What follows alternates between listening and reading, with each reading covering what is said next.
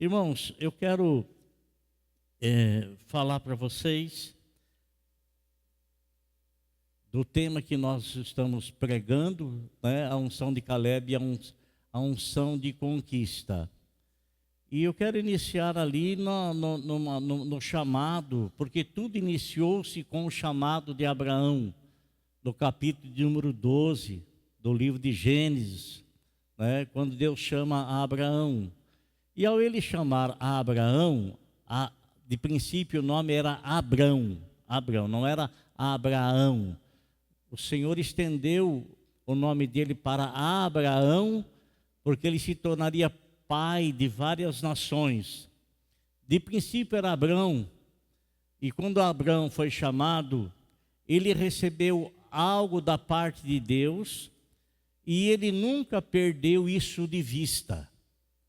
Ele recebeu uma promessa, porque o Senhor, quando nos chama, irmão, Ele nos chama com promessas. Você imagine se o Senhor nos chamasse para servi-lo e se nós não tivéssemos absolutamente nenhuma promessa vindo da parte dEle.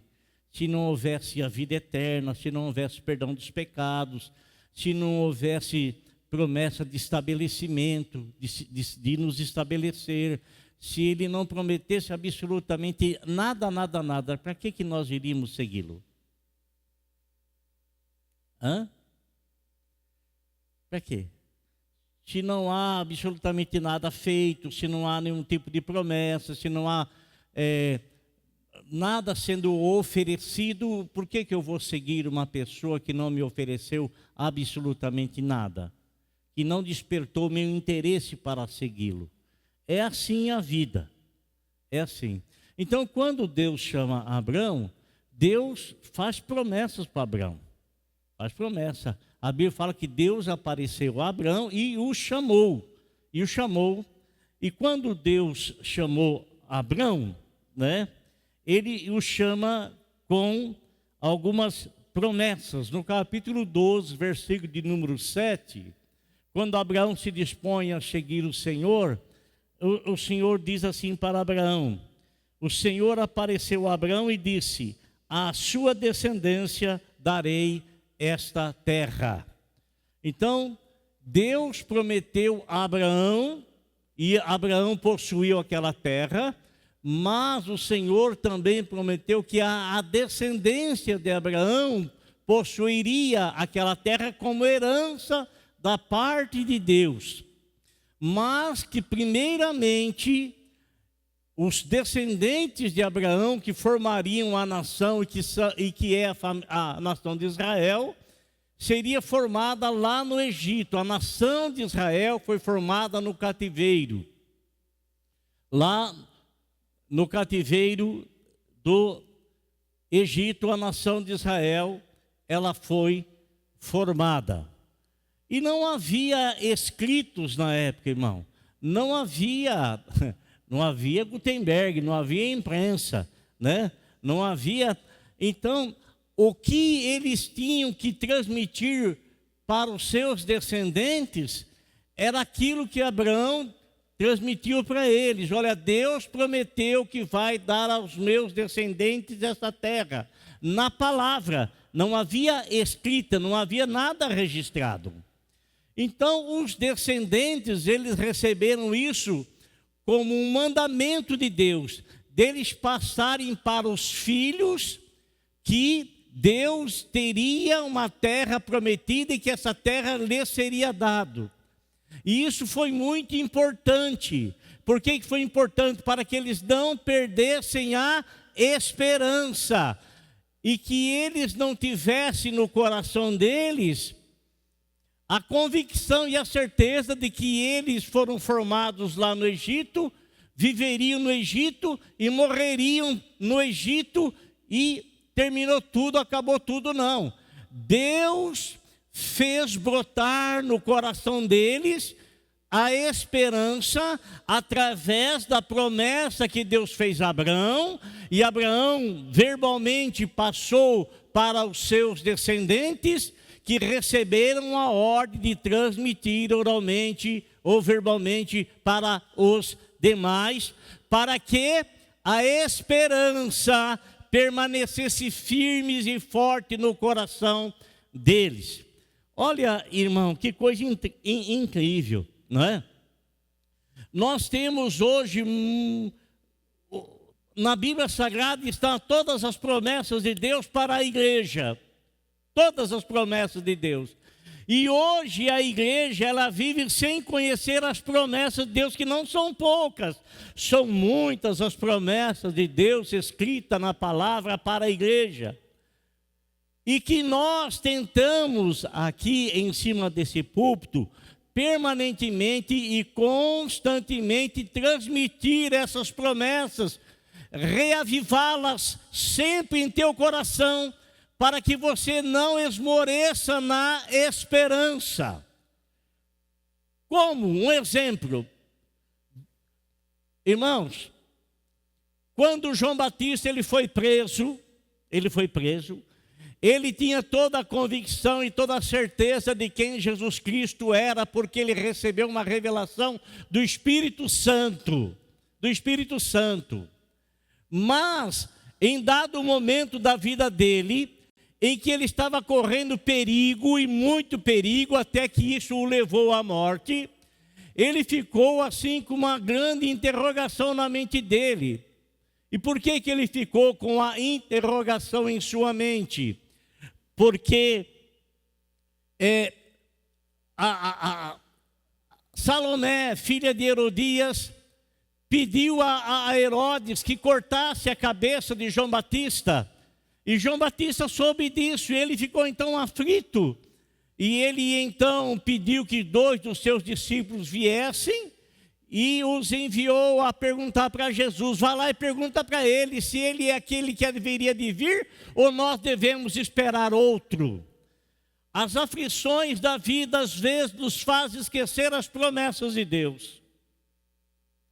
As dificuldades da vida às vezes nos faz esquecer as promessas de Deus. Muitas vezes a nossa família, ela se esquece das promessas de Deus. Muitas vezes os casais se esquecem das promessas de Deus. Ninguém casa para separar, ninguém casa para dividir. Casamos para permanecer casados, mas às vezes as aflições da vida, ela entra entre no casal e a promessa de Deus, e às vezes a promessa de Deus se perde no decorrer da existência, no decorrer do casamento, e acha-se que a melhor coisa a fazer é separar e pronto, e consequentemente não vive as promessas de Deus, mas as dificuldades fazem com que as pessoas esqueçam essa promessa.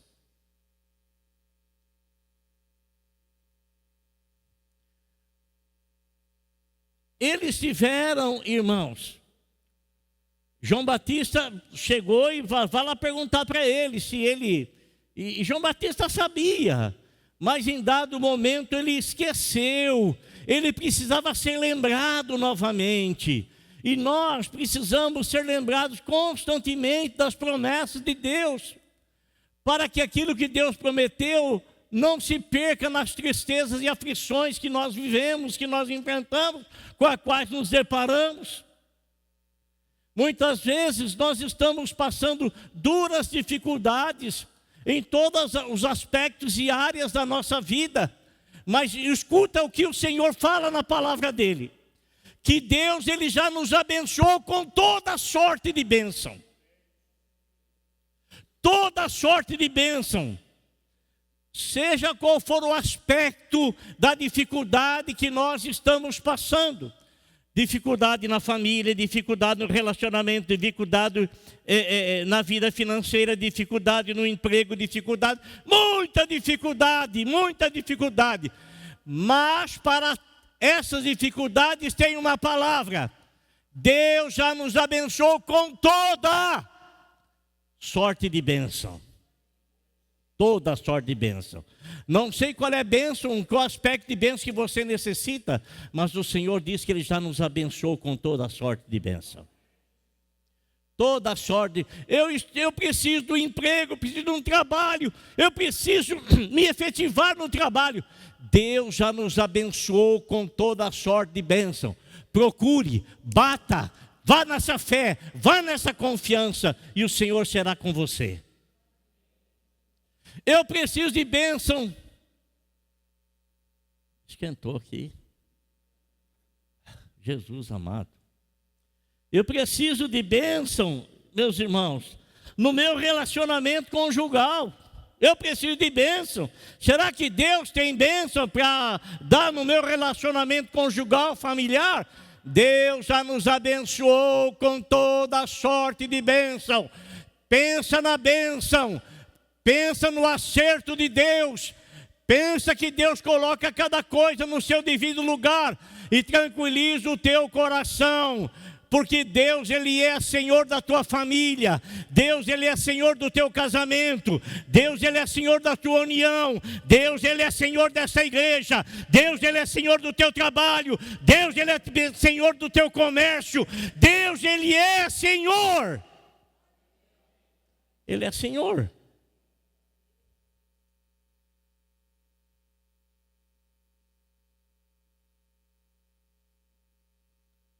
E quando então Deus promete para Abraão, meus irmãos, Deus não quer que o povo não tinha nenhuma escrita, não tinha nada gravado, não tinha videotape de nada. Então Deus queria que eles fossem fomentando, que eles fossem aquecendo o coração deles e das gerações seguintes com as promessas que Deus havia falado. Vou dar a vocês essa terra. Vou dar a vocês essa terra. E quando Deus então leva o povo de Israel pelo deserto para ir de encontro a esta terra que Ele prometia, né? Ele chega num determinado local através da liderança de Moisés. E Moisés então ele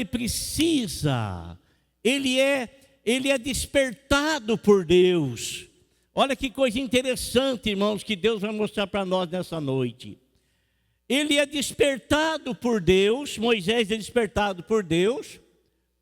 A terra estava lá, foi dada, mas eles não podiam invadir aquela terra assim, sem à la vontade. Deus então pede para Moisés separar um líder de cada tribo, eram 12 tribos, um líder de cada tribo.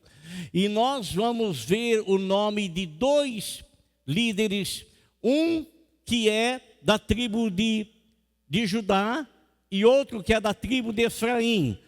Nós vamos ver a primeira menção do nome de Calebe, no capítulo 13, no versículo de número 6, de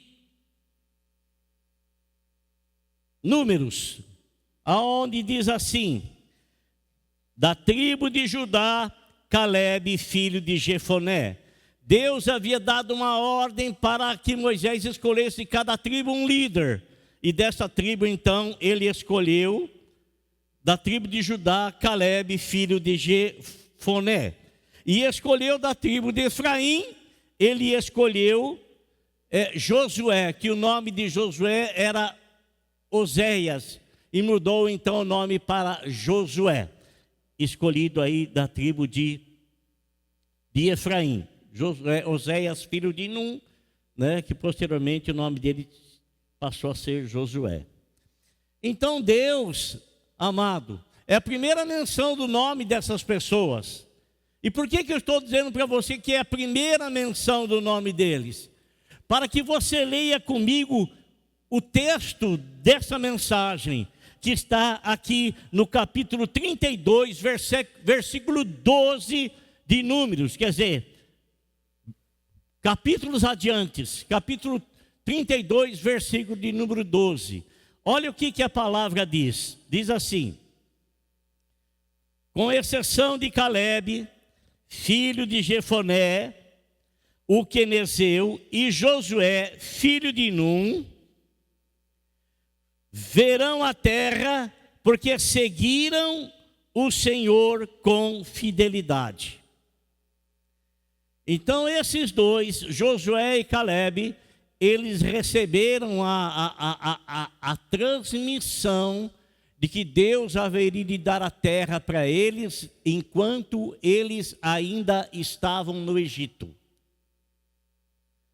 E eles, irmão, guardaram isso no coração. Guardaram isso no coração. Será que houve situação que surgiu com a finalidade de abater Calebe na fé, de abater Josué na fé, para que eles não pusessem tanta assim disposição, tanta fé naquela palavra que eles ouviram, que foram transmitida por ordem de Deus? Será que não houve momentos lá naquele deserto, de tantas coisas, de tantas dificuldades que eles passaram, que eles pensaram assim: vamos desistir desse negócio, isso aí é bobagem, vamos voltar lá para a terra do Egito? Houve sim muitas dificuldades, mas a gente não vê que Josué e Calebe foram das pessoas que titubearam diante das promessas que eles haviam recebido verbalmente, oralmente. Não titubearam. Uma coisa eles preservaram constantemente: eles preservaram a promessa que Deus havia feito. E eles não tinham nada escrito, mas eles guardaram aquilo com integridade no coração deles, com inteireza no coração deles. Calebe, amado irmão, juntamente com Josué e com mais 10, eles foram separados por Moisés para irem lá na terra e averiguar a terra, conforme está escrito aqui em capítulo 13 de Números, né? Está escrito assim, olha, como é que inicia? Primeiro está a escolha de uma missão para reconhecimento. Bom, Deus havia falado que a terra era magnífica, nós vamos acreditar nisso? Nós vamos acreditar, lógico. Mas o próprio Senhor pediu para Moisés levantar 12 homens para ir lá espiar a terra. E é interessante, irmão, que Deus despertou Moisés com essas palavras. Capítulo 13. E o Senhor disse a Moisés: envia alguns homens em missão de reconhecimento à terra de Canaã. Missão de reconhecimento. Mas espera aí, Deus não é o Todo-Poderoso? Deus, ele não faz e desfaz? Ele não pode enviar gente para entrar, arregaçar com tudo lá e acabou a história? Por que ele está mandando eu reconhecer o lugar? Por que ele está mandando pessoas ir lá para observarem o local? Por quê? Para que eles se certificassem que aquilo que Deus falou há mais de 400 anos atrás estava se cumprindo diante dos olhos deles. Era a verdade de Deus. Então, o Senhor diz assim para eles: olha, reconhecer a terra de Canaã, terra que dou aos israelitas. Envie um líder de cada tribo dos seus antepassados. Assim Moisés enviou do deserto de Parã, conforme a ordem do Senhor. Todos eles eram chefes dos israelitas. São esses os seus nomes. Aí cai em Calebe e Josué, ou Oséias. Agora, irmãos, olha só, qual foi a orientação para que Moisés deu para eles, no versículo 17. Quando Moisés os enviou para observar a terra, disse: subam pelo Neguebe e prossigam até a região montanhosa. Então, estava direcionando-os de que forma eles deveriam ir. Sabe, irmãos, quando nós temos sonhos, quando nós temos visão, quando nós queremos uma unção de conquista, não é metendo os peitos, metendo as caras, não. Nós temos um caminho a trilhar, nós temos um caminho a observar. Nós temos um caminho a trilhar, um caminho a observar, não é de qualquer jeito. Ah, meu Deus que mandou, eu vou arregaçar tudo. Não é assim não. Não é assim não. Deus tem suas diretrizes, Deus tem suas orientações. Deus é que tem a estratégia. E Deus usa o servo dele, Moisés, para mostrar àqueles 12 homens como é que eles deveriam prosseguir. Como que eles deveriam ir adiante, como eles deveriam ir em frente, de que forma haveriam de ir. Às vezes nós achamos, eu sou de Deus, eu vou abrir um comércio aqui, eu sou de Deus, vai dar tudo certo. Eu vou abrir uma loja aqui, eu sou de Deus, eu vou orar a Deus, vai dar tudo certo.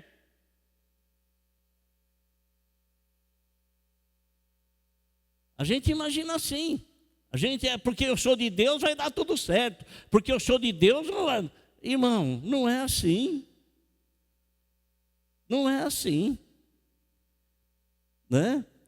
Teve um irmão que estava querendo abrir uma lanchonete, e ele estava querendo abrir uma lanchonete onde praticamente não passava ninguém. Onde ninguém ia poder ver as coisas que ele ia expor. A propaganda dele ninguém ia ver. Ninguém ia ver. Aí, graças a Deus que teve um outro irmão, né, de coração bondoso, falando, irmão, era o salão do irmão, falou, não, eu não vou alugar aqui para você, porque aquilo que você quer aqui não dá jeito. Aí, Deus orientou o irmão, e aí ele foi abrir um lugar onde passa muita gente, passa muito ponto, muitas pessoas, tem vários comércios concorrentes ali, mas ali era o lugar. Ali era o lugar, né? Então, depois a gente fala assim, Deus não me abençoou, não deu certo. Não é que não deu certo, é que não estava no lugar certo. Então o Senhor orientou eles, irmãos, como é que eles deviam fazer. Olha aqui, subam pelo Negueb, prossigam até a região montanhosa. Vejam como é a terra e se o povo que vive lá é forte ou fraco. Se são muitos ou poucos. Vê lá se tem muito, vê como é que é a terra, observa. Mas Deus falou que a terra é prometida, é uma terra boa. Cantaram aqui agora, aonde plantar, aonde você colocar a planta dos vossos pés, será vosso. Espera um pouquinho. Essa promessa que Deus fez, irmão, essa promessa que Deus fez, tinha limite. O Senhor disse assim, você olha aqui, olha ali, olha lá e olha lá. Dentro da onde o teu olho está alcançando, onde você colocar a planta do teu pé, será vosso. Mas tem os limites dentro desse. É isso aqui que eu estou dando para você. É esta terra aqui. São 5.000 metros quadrados que eu estou dando. Estou passando para você. São 2 alqueires de terra. Então aonde você colocar a planta dos vossos pés dentro desse limite que eu estou te dando é teu. É teu. Aí ele manda observar a terra. Vê se a terra é boa mesmo, hein? Ora, você não vai comprar uma terra de saibro para você fazer plantação. Logicamente não vai produzir nada. Você não vai comprar um terreno arenoso para você fazer plantação. Não vai render nada. Você não pode querer ter alguma coisa no lugar, a não ser que Deus prometa isso para você especificamente. Especificamente. Porque Deus prometeu para Israel que até o deserto iria florescer, e o deserto está florescendo lá mesmo. Mas só que Deus prometeu também a terra que manava leite e mel, para eles aprenderem dentro da terra que mana leite e mel, como é que eles fazem crescer no deserto. Então ele está falando aqui, irmãos, olha assim, vejam lá como é a terra, se o povo que está lá é um povo forte ou fraco. Ora, porque se eu vou conquistar aquela terra, eu preciso saber se eu tenho condições de como é que é o povo que está lá. E ele diz que se a terra em que habitam é boa ou ruim, se as cidades em que eles vivem são cidades sem muros ou fortificadas.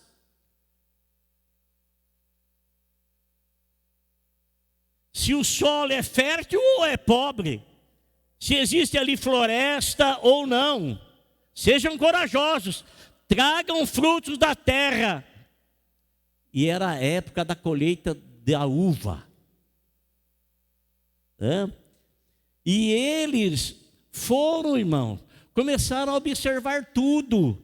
E todos eles tiveram a mesma visão, exatamente a mesma visão, e a mesma visão. A diferença é colocar-se a palavra prometida acima das dificuldades. Enquanto você só pode manter a sua visão se você ficar na unção prometida.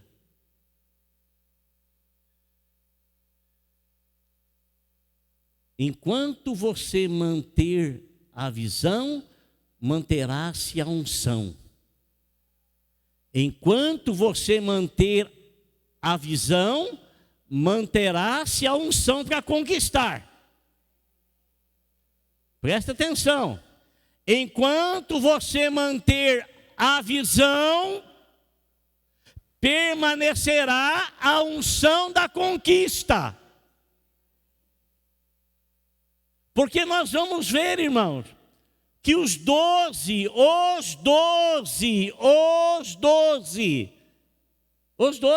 tinham uma promessa. A promessa para todos os descendentes. A promessa é para todos os descendentes. Todos eles.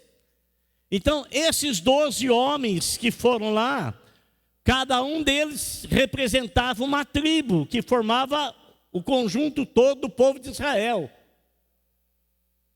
Eram líderes de tribo. Todos eles, consequentemente, saíram lá do Egito com a promessa. Todos eles.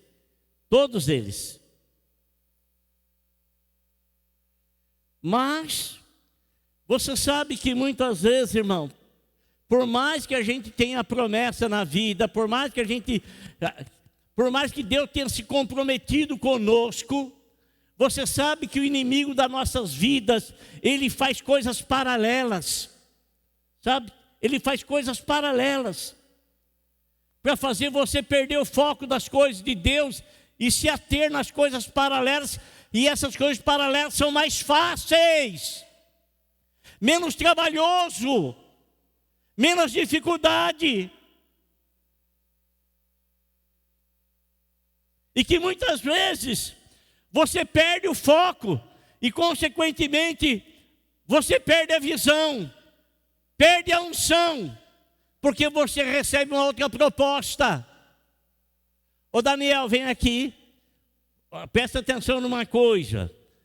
Eu quero ver você lindo, eu quero ver você e todos os descendentes do rei de Israel, lindo, bonito, porque eu quero que vocês me sirvam aqui na corte de Nabucodonosor, na corte dos caldeus. Então eu vou querer que você estude 3 anos e que você coma do bom e do melhor, porque eu quero ver você lindo, bonito, bem aparentoso, cheio de conhecimento, cheio de sabedoria. Eu quero te utilizar na corte da Babilônia. Mas ele não fazia parte da corte da Babilônia. Ele fazia parte da corte de Israel, da tribo, do povo de Israel. E Daniel e seus amigos não quiseram de forma alguma comer aquele alimento. Não quiseram, porque sabia-se que aquele alimento era coisa consagrada aos deuses dos caldeus. Eles não quiseram, eles colocaram no coração de se manter fiel, íntegro, fiel e íntegro. Ninguém pode manter fidelidade e integridade se não tiver nenhum tipo de revelação de quem Deus é. Mas a partir do momento que nós temos a revelação de quem Deus é e aquilo que Ele quer de nós, nós somos então tentados a deixar a nossa integridade de lado e assumirmos qualquer outra forma, qualquer outro jeito, qualquer maneira, qualquer outro modo. E às vezes de alcançar coisas muito mais fáceis.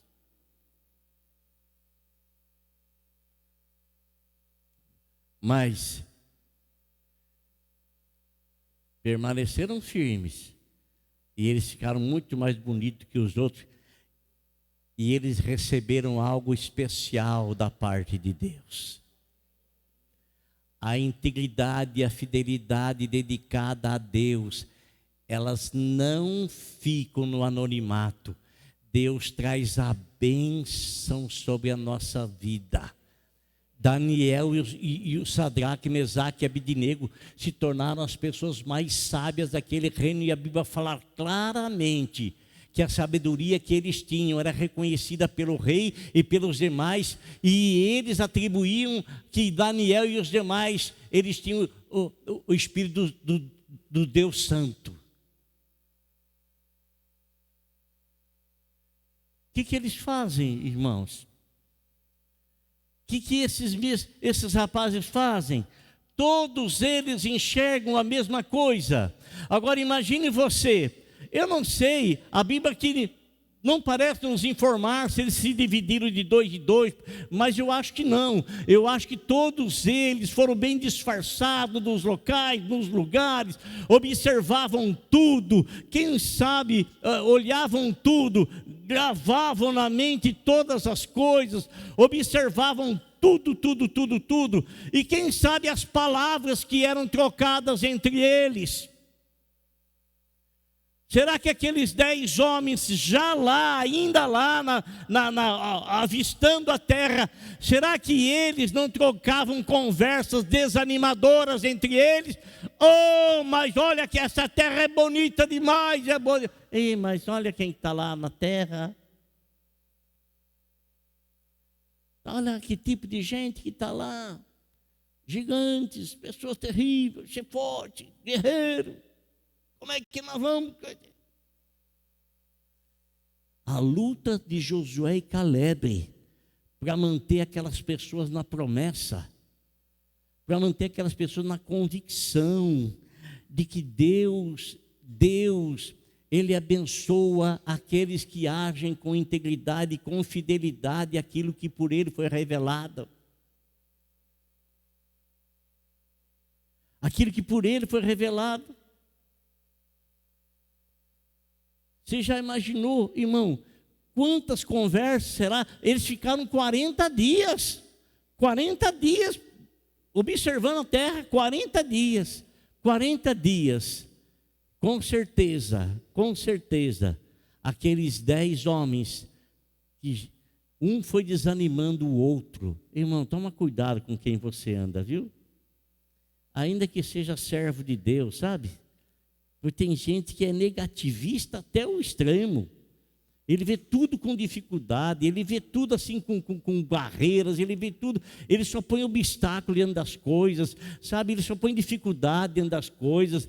Ele fala que tem fé, ele enxerga as coisas, mas os obstáculos que ele levanta são muito maiores do que a promessa que ele tem sustentada no coração dele. A fé no coração dele não dá sustentação. Mas eu quero que você saiba de uma coisa. Deus, Ele não nos engana. Deus, Ele não nos engana. Não nos engana. Ele não é um homem. Ele não é um homem.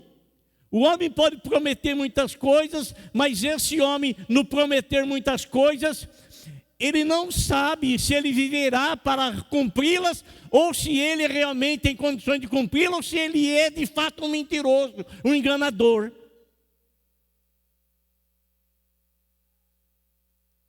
Agora, Deus não é assim.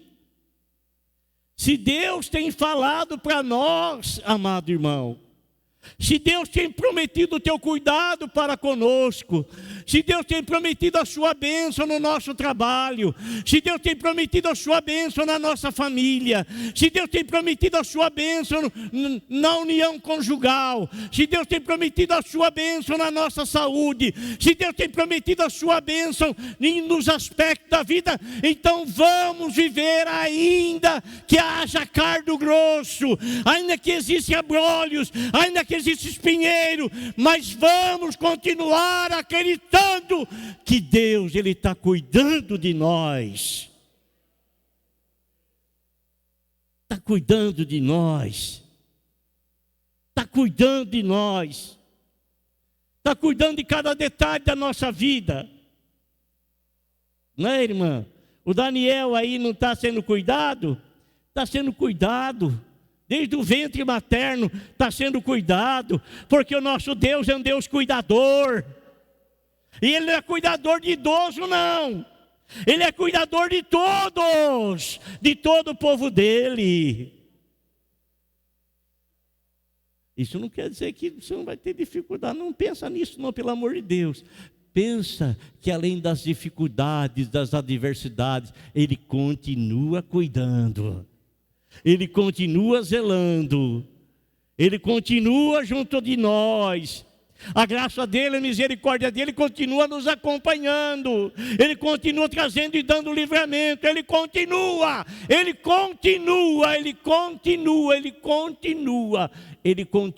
fazendo. Amém? Ele é Deus acima de tudo e acima de todos. E a nossa vida pertence a Ele, e nós viveremos até o dia que Ele quiser que a gente viva, até o dia que quiser, até o dia que Ele determinou. Glória a Deus.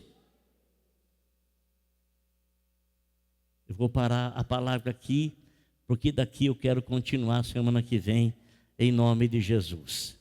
Amém? Então fique na visão, para não perder a unção. Fique na visão, para não perder a unção. Está me entendendo, irmão?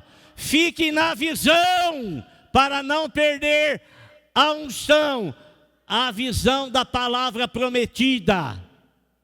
Aleluia! Glória a Deus.